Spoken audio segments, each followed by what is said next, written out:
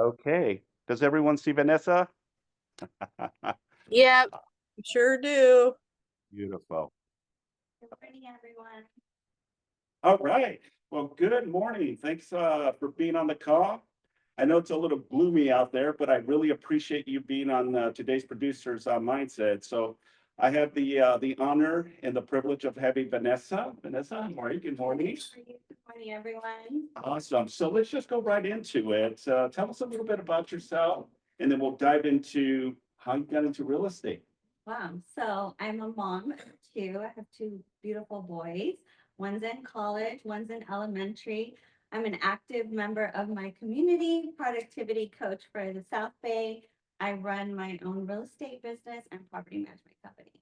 Fantastic. So let's go back. Why real estate?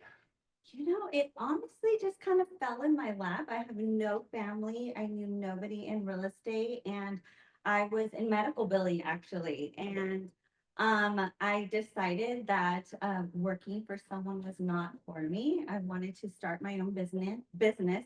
So I heard about being a mobile notary. So that's actually how I started. I was a mobile notary, ran a very successful business, and then I met escrow officers, lenders, real estate agents, and they're like, why are you doing notary? You would be doing the same thing doing real estate, either on the lending side or real estate side. So I became an assistant, Okay. studied for my test, and realized lending was not for me. Didn't like this, just sit at a desk all day crunching the numbers. Right. I loved the real estate side. So then I became a real estate agent. So when did you start real estate? What year was that? Uh, So I was in the business about like 2004. I got my license in Oh, 2006. so you're going way back in the early 2000s. Amazing. Yeah. Awesome. Awesome. So let's go into your first year real estate. How was that experience? It was a little tricky because it was right around the real estate recession. Yeah. But I believe with everything, you have to look with what's needed at the moment. So during that time, I really um, learned how to do short sales and Okay. learned about foreclosures and notice of defaults. Right. So I was the go-to person who knew all of those things. And then I had partnered with a newer lender at the time. So we Yeah. were both bouncing business back and forth to each other. Okay. So yeah, that was during that era where we just went into the recession of 2008, Mhm, and then a lot of the short sales. mhm. Yeah, yeah, there was a lot of people that either made it and a lot of people that got into the real estate that ended up leaving the industry. So you came in the right timing, 405. That's when the things were going up, prices were ridiculous, interest rates were kind of where we're at right now. I think they were around 5 to 6% Yeah. during that time. And then the recession of 2008, where the real estate market just plummeted. And ultimately, we started seeing a lot more short sales. Yeah. So awesome, awesome. So did you start your career with Keller Williams? No, I actually started it with another brokerage, a Okay. big brokerage, big brand brokerage, and they changed ownership. And I thought I needed to move on. Yeah. I tried a small boutique and realized I didn't like doing all the research, and I love to have a community and all the resources KW has. So then I joined KW in 2016. Okay, awesome. Yeah. And what real estate market center was that? Uh, Keller Williams South Bay. Yeah, that's awesome. You've been a big advocate of this office and, many years of working with this particular office. So we're real grateful for that. So tell us a little bit of one of the biggest challenges that you've had. If it was in the beginning of your career, now that you're an experienced agent, share with the group one of those difficult obstacles or challenges you've had. I didn't think about that. So I think one of the difficult challenges we deal with the public. So it's a lot of different personalities. So it's really being in integrity with yourself Sure. and your brand of how you want to run your business and how you want to service your clients. Correct. So you're out of control of all other things but you. So sometimes when you're dealing with difficult people or difficult situations, it's easy sometimes to let your emotions get the best of you, Right. but really being centered and understanding that there's a workaround to everything and that things are beyond your control, and how are you gonna mitigate this situation Right. to best serve my client's needs? I love that. Yeah, and that kind of resonates because you're a mother, Yes, okay, and you're a professional realtor, but you're also a productivity coach. yes. So how do you balance work life and all of the fun stuff in between? Systems. I believe the system that I run in my life, you can take it in my personal life, Yeah. in my coaching, in my volunteering, in my business, and you just tweak it by um, monitoring your numbers, right? Looking where things are at, seeing your successes and your failures, and tweaking your system every so often to continue growing. Yeah, no, that's so true. Having systems definitely will enhance, but it's more efficient, right? Because you can get stuff done. And it keeps you disciplined, right? Yeah. Because if you have a system, it's written down, it's in your calendar. I'm a big believer, if it's not in your calendar, it doesn't exist. So if you look at your calendar and see what you're not doing and doing, it shows you right there what's happening in your life and in your business. Yeah, so true, so true. Um, as a productivity coach, what is the key things that you teach your agents to get into production? I really take it to basics, just Yeah. what I mentioned right now. It's the foundation. I'm teaching them to be listing agents. With being a listing agent, creating that foundation of creating the system that works for them and their brand, Yeah. they're able then to multiply their one transaction into multiple transactions. And what has been one of the biggest wins that you've seen through the productivity coaching? I'm seeing that the mentees are able, or the agents are able to look at themselves, at their business. They have it written down. They see where they're falling short, Sure. and then where they're putting action, since we're tracking their numbers and tracking what they're doing. They're seeing their own short end of the stick and what they're successful at, basically. Yeah. So then they're able to move things around, and then we've had people get into production, Yeah. fairly soon. Got it. So what is one of the things that you enjoy the most of being a real estate agent? Education. I believe, even for myself, if you're not learning, you're not growing. So it's the same with my clients. Like, I enjoy educating them on how real estate is a great tool to create like generational wealth if that's what they want. And real estate is a key component to being able to be successful and create assets for your family or yourself. You're a big advocate of education, so I know that you're a big UCLA. Yes. So tell us a little bit of that and what inspired you to go back to school. Back to school. Well, since I was a little girl, I've always dreamed of going to UCLA. I have a lot of family who are fans. First to graduate from UCLA, though, so really excited about that. I just, like I said, education is a key to everything. So I just believe that surrounding yourself with people who are willing to learn and grow will help you learn and grow as well. Absolutely, yeah. And where is that taking you? Is that taking you in a different trajectory? Are you planning to continue your education? Because I know Vanessa for sure. Yes, I do plan on continuing my education. That announcement is not quite ready yet. But yes, I have a lot of plans for myself and my community and more businesses. So I'm really excited. Yeah. Out of all of the years, let's go back into the 2020 uh, when pandemic happened. And I always say this to all of the agents I interview because I'm curious to see, what the mindset was at that time when we had a pivot. What was your experience during that time? Uh, it was difficult, right? Most of my business at that time was majority from open houses and door knocking. So as we all know, during the pandemic, we had to stop hosting open houses and we were no longer allowed to door knock. So I pivoted. So I leaned into my network, which I believe is very important. I leaned into education. I realized there was a lot of misinformation out there and a lot of great information that the cities were providing or different organizations.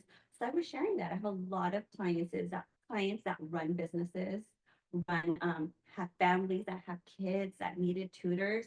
So I became the go-to person for resources during that time. I started doing Zoom events, social events, and Zoom educational information, and that really continued my business for during the pandemic. Love that, love that. Where does most of your business come from? Now referrals, definitely referrals. My network, I believe I really grew it through UCLA, through my family, through past clients. My clients have used me time and time again, and they continue to refer me to other people as well. Beautiful, awesome. I hope all of this information, you're getting some big nuggets from it, because I think uh, it's important to understand what we do is not sell real estate, but it's all about the connections. Yes. You know, definitely. connecting with people, like you said, you know, doing these type of events. And I know that you do events here, you know, every once in a while, to generate those opportunities, because you just never know where that conversation is going to take you, right? That will lead to an opportunity to have someone buy and invest. Yeah, and it's about stepping out of your comfort zone. Believe it or not, I tend to be more on the shy side, on the introverted. So, Interesting. Yeah. so a lot of people may not know that about me. So it really, when you have the systems and the discipline and the goal in place, my why is so big that I step out of that uncomfortableness. Like doing this, I was like, okay, Vanessa, pump yourself up. Let's get this going. And I do that. And I host a lot of events. I talk in front of a lot of people. And it's always a thing right before, because I do tend to be a little more on the Well, that's a introverted surprise side. to me. That's for sure, because I've never seen that side. Not yet. at Not least. yet. Well, we have to, well, I believe in getting out of your uncomfortableness. Wherever you're uncomfortable, at the other side is growth. So that's what I believe. Yeah, absolutely. Yeah, no doubt. So take us on a journey uh, of one of the best experiences you've had with a client. Yes. Yeah. Wow. It doesn't have to be real estate, just it started from real estate and it kind of pivoted to something else. Share with us. I have so many, to be honest with you. I think there's definitely a few that have stood out. Again, leading back to education, I had this one particular client that just kind of popped into my head right now. And she was so scared to purchase a home for herself. You know, I'm a big believer that you don't need necessarily a partner or anyone to invest in real estate. You control your own destiny. So being able to educate people on their finances and what they can win out of investing. So she was ready to move out. So instead of renting, we got her pre-approved, got her on a program. She was able to buy a home. And the first 2 years, I told her, it was like the first 2 years will be difficult. You're like furnishing your home, you're getting used to the payment. And she called me those 2 years and so hard. I'm not sure if this was the right thing I should have done. Yeah. And I'm like, trust me, there's a light at the end of the tunnel. And sure enough, 4 or 5 years later, she decided to now move on with her life and move in with someone. So she was selling her home and now ready to invest with him in something else. And she was so excited about the income that she made over purchasing this home. And she was just so grateful of the support, the education I the way, and how now she's going to be able to purchase something even bigger that she never imagined was even possible for herself. Yeah. So knowing that you provide, or I'm able to provide that for my clients, really it gives me some gratification. Yeah, absolutely. The moment that you hand over the keys to your client, right? Right. First time home buyer, maybe, you know, someone that has bought in property left and right, but just giving them the keys, that excitement that it recorded, it's such a good feeling for us as well, because we're kind of part of that journey, right? Right. You know, and that goes also with sellers too, you know. now moving on to their next chapter of the life, wherever that goes, and just the opportunities that you were part of that process with them. Yeah, Very there's important. so many stories. I mean, I dealt with sellers during probate, which is such a difficult time. Yeah, I've dealt with sellers selling their businesses who at one point were on Section 8 and now buying also $10 million commercial property. So it's just such a joy to be able to see people grow into creating the dreams and life that they want as well. yeah, which is very important. This is why we do what we do, right? Yes, definitely, definitely. Now let's take and let's flip it a little bit. Now, one of the most difficult situations you've been where you were able to save the deal or maneuver that transaction, because we all have those stories, right? Right. How did you handle that? Well, I believe communication is key, definitely. I think sometimes divorce situations, and I could think of a situation that just popped up, can be a little bit challenging. Sometimes you have like multiple attorneys involved, Sure. two people who aren't in agreement, and then so it's definitely takes a lot of communication. I think a lot of times, as a newer agent, I know you're scared sometimes to face the problem head on, so you kind of avoid it. And so I've learned really early on by a mentor myself that face the problems, communicate, if anything, over communicate so that no one's left under the dark. And so as long as you stay in integrity with yourself and stay professional, you also remind people to stay professional with you as well. Yeah, 100%. Um, and a lot of agents know how to maneuver those conversations uh, because of the emotional aspect of it, especially in a divorce situation. Mhm. First and foremost, they're not liking each other anymore. So there's kind of a little bit of a division. And as real estate professionals like yourself, Vanessa, it's important to be able to cater, right, and maneuver that conversation because the ultimate goal is to get that asset, sold so they can both move on Correct. their chapters, right? Yes, yes. So you went back and were telling us about, the importance of systems. Mhm. Why systems? Well, because if you create the proper system, you're able to have specific measurable tasks, therefore specific measurable results. And therefore then you're tracking your successes or your failures. And I believe failures are great because they tell you where your gaps are so then you can close the gaps. And so with a system or the right system, I should say, because if you're doing something that's not working constantly, you're just going to continue not getting any success. But with the right system, you're able to continue to maneuver it slightly and continue to grow. And then with the right system, you can just duplicate it week after week, month after month, quarter after quarter, and just adjust it depending on your goals or your life at the time, right? Sometimes, or not sometimes, all the time, life happens. Sure. Challenges happen in your life, and you may need to take a step back, but with a proper system, you just jump right back in and then your business comes back in consistently. Yeah, And it creates consistent income, which is important. very, very much so. Yeah, very important. So, um, what's your niche? I know you said that most of your business now is referral based, Mhm. but what is one of the niches that you like? Is it open houses? Is it social media? Is it networking events?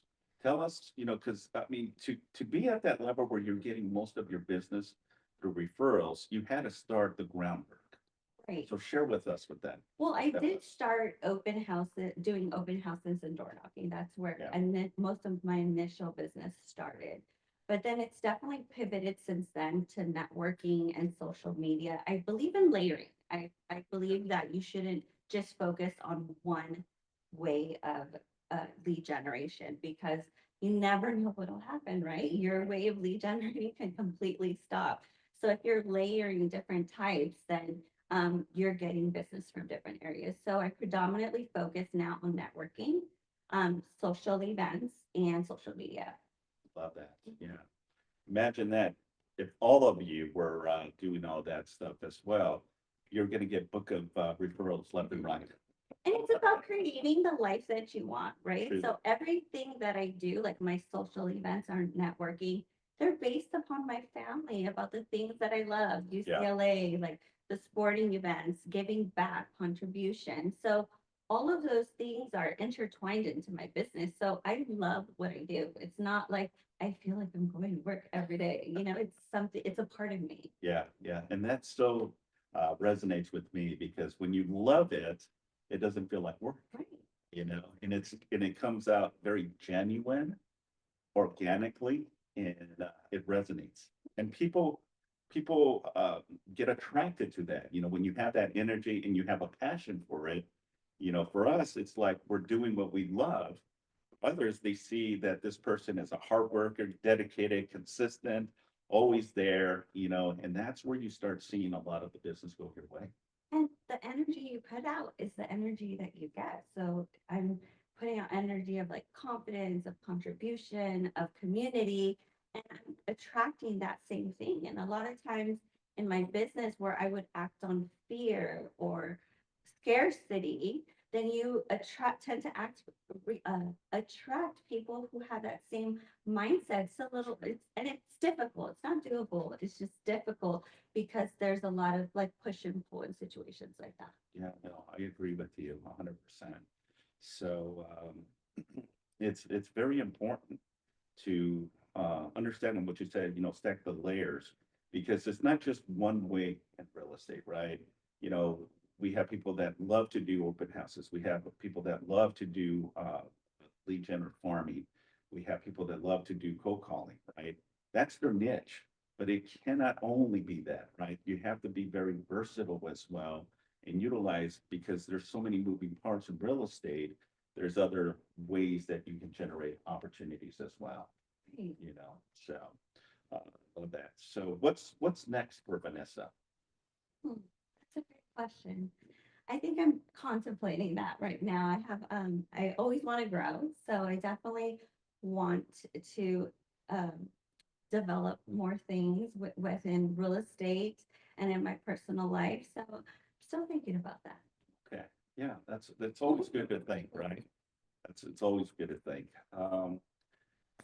Let's dive into uh, the initial process and how you teach your agents, because I think it's important as a productivity coach, and you're doing a phenomenal job, by the way. Thank you. We're starting to see some big results. We're starting to see productions with the agents, which is something good to see, right? Because the stickiness of what we do as team leaders, as brokers, as productivity coach, is really to help the agent get from the basic fundamentals, right, to ultimately learning base of understanding the initial process, right?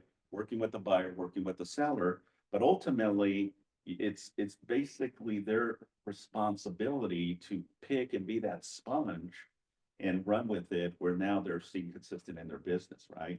So I think it's vital as part of the coaching, part of leadership, uh, to teach them well, right? And teach them the right skill sets necessary for them to run with it, just like you were, taught and trained, right? Now the success that you are now. So uh, I think it's very, very important. So what's your take on that? Well, again, I just take it back to foundation. A lot of times, even as a new agent, they don't even know what they want, right? I'm like, okay, so what are your goals? To be successful in real estate. Yeah. That's a common answer. And I'm like, what does that look like? What does that mean? I mean, if we have actual tangible goals for them, then we're able to help direct them. So I have them, initial meeting is always goal setting, teaching them how important a calendar is, understanding customer service through the five love languages, the DISC.